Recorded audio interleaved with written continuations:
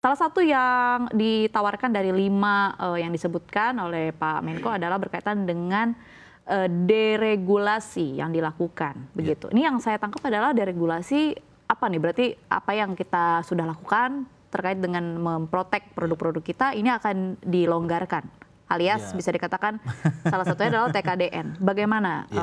Anda melihatnya Bang Iqbal? Cuman memang kalau misalkan deregulasi yang dimaksud kan tadi ya karena NDA jadi tidak detail ya. Tapi kalau kita membaca mungkin ketika sarasehan ekonomi Presiden juga sempat bilang bahwa terkait dengan pertek misalkan, pertimbangan teknis misalkan. Atau misalkan terkait dengan TKDN yang waktu itu diterjemahkan orang, oh berarti semua barang nggak ada TKDN-nya. Ya. Enggak, ternyata Buka keran impor. maksudnya atau kuota misalkan. Ini kan konteksnya sebenarnya untuk produk apa namanya kalau yang saya tangkap ya itu untuk produk-produk dari Amerika. Tapi memang untuk dari unsur kompetitifnya ya sekarang kita punya banyak komplementer juga kan. Misalkan untuk kedelai kita nggak perlu dari Amerika, beberapa bahkan udah dari Amerika Latin juga misalkan. Atau daging sapi gitu. Lebih banyak kita dari Australia, New Zealand. Bahkan ada daging kerbau juga dari India gitu loh. Ketimbang kita mengimpor dari Amerika kan itu sangat jauh gitu ya. Tapi kalau untuk TKDN mungkin akan nyambung dengan kemarin polemik soal Apple ya, Apple 16 yang negosiasinya juga saya rasa itu jadi pemberitaan di dunia juga ya, sangat alot sampai akhirnya boleh dijual dengan catatan Apple membuka semacam fasilitas ya atau pabrik atau semacamnya di Batam seingat saya. Tapi poinnya adalah deregulasi saya rasa bukan hanya untuk produk-produk Amerika ya. Ya kalau memang ada yang menghambat ya semuanya memang harus dibabat juga aturan-aturan yang tidak perlu gitu ya. Karena ya TKDN ini dilemanya adalah harus kita akui juga TKDN itu membuat industri strategis kita tumbuh juga. Betul. Misalkan contoh. Kan memang itu tujuannya. Tujuannya itu misalkan PT PAL misalkan kemarin udah bangun kapal cepat misalkan gitu loh. Kemudian misalkan PT DI bangun komponen pesawat gitu kan. Untuk pesawat CN235 kalau tidak salah. Jadi itu yang sebenarnya kan mau dipacu seperti itu gitu. Khawatirnya ketika misalkan dalam negosiasi ini ya kita longgarkan TKDN untuk Amerika. Pastilah nanti Negara Cina dan lain India juga betul. akan minta, Perancis juga akan minta. Ya udah ngapain ada komponen lokal, udah langsung aja masuk. Ke Amerika boleh kok saya enggak Ya, gitu. itu pasti akan rumit lagi gitu. Saya sih merasa pemerintah harusnya dan pastinya udah menghitung itulah. Deregulasi tapi jangan sampai yang kebablasan. Betul. Kenapa akhirnya saya bisa berani bilang bahwa sebenarnya Indonesia ini tunduk nggak sih dengan Amerika Serikat? Karena Amerika Serikat sampai mendikte, sampai sedalam disebut-sebut pusat perbelanjaan Mangga 2. Kemudian sistem pembayaran nasional kita yaitu KRIS dan juga GPN ini udah semua masyarakat loh berarti yang terusik begitu kan. Padahal kita tahu betapa dimudahkannya semua lini kehidupan kita karena adanya KRIS dan juga GPN. Komentar-komentar itu juga salah satunya jangan sampai KRIS disentuh-sentuh ya gitu. Istilahnya mereka sangat berterima kasih dengan sistem pembayaran ini yang sebenarnya tujuannya efisiensi tapi ternyata juga membawa berkat dan juga kemudahan yang lebih praktis bagi kehidupan masyarakat.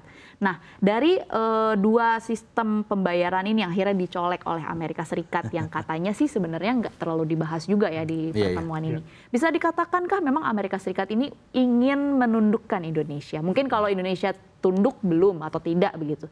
Tapi Amerika Serikat ini mendikte Indonesia. Apakah bisa dibilang begitu, Mas Luki? Ya, kalau dibilang mendikte kayaknya memang agak tendensius juga ya. Karena Indonesia pun bagaimanapun punya posisi tawar juga di sini.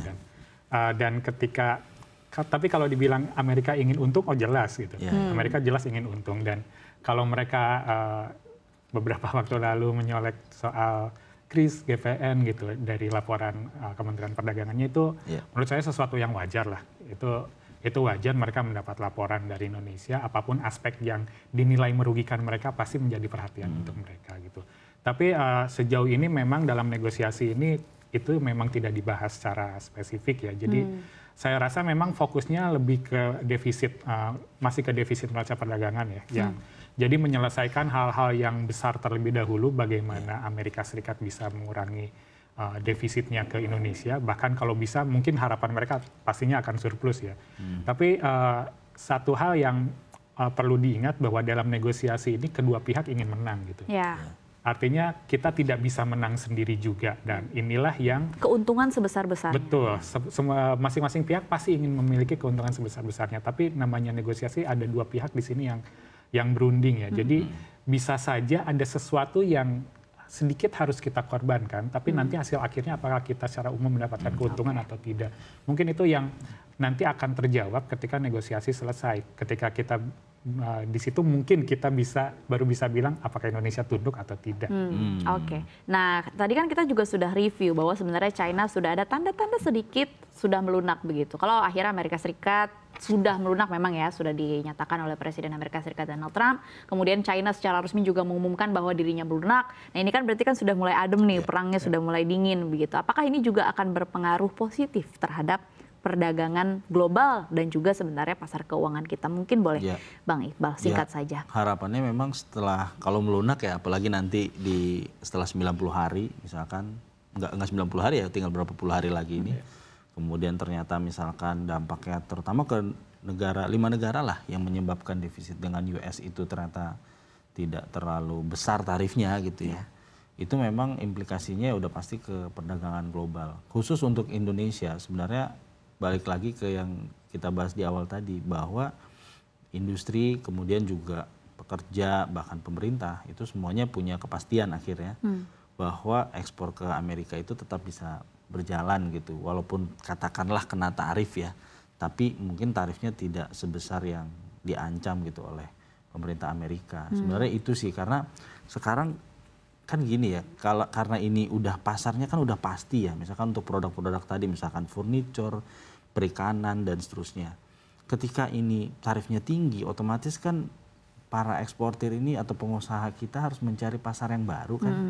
Pasar yang baru nyarinya juga susah juga gitu. Pasar yang baru juga nyari pasar yang baru. Betul gitu, apalagi untuk membuka awal itu aja kan, untuk menerobos di awal juga pasti akan sulit gitu untuk makanya kan isu diversifikasi ekspor ini nggak habis-habis karena terus tidak selesai-selesai karena memang susah nyari pasar baru itu sendiri gitu. Jadi kami berharap memang bisa cepat selesai negosiasinya dan jadi ada memberikan kepastian juga terutama untuk Indonesia lah. Iya, tugas yang besar begitu ya bagi pemerintah Indonesia untuk segera mencapai negosiasi supaya bisa diberikan kepastian bagi industri kita dan melindungi dapur atau industri negara sendiri.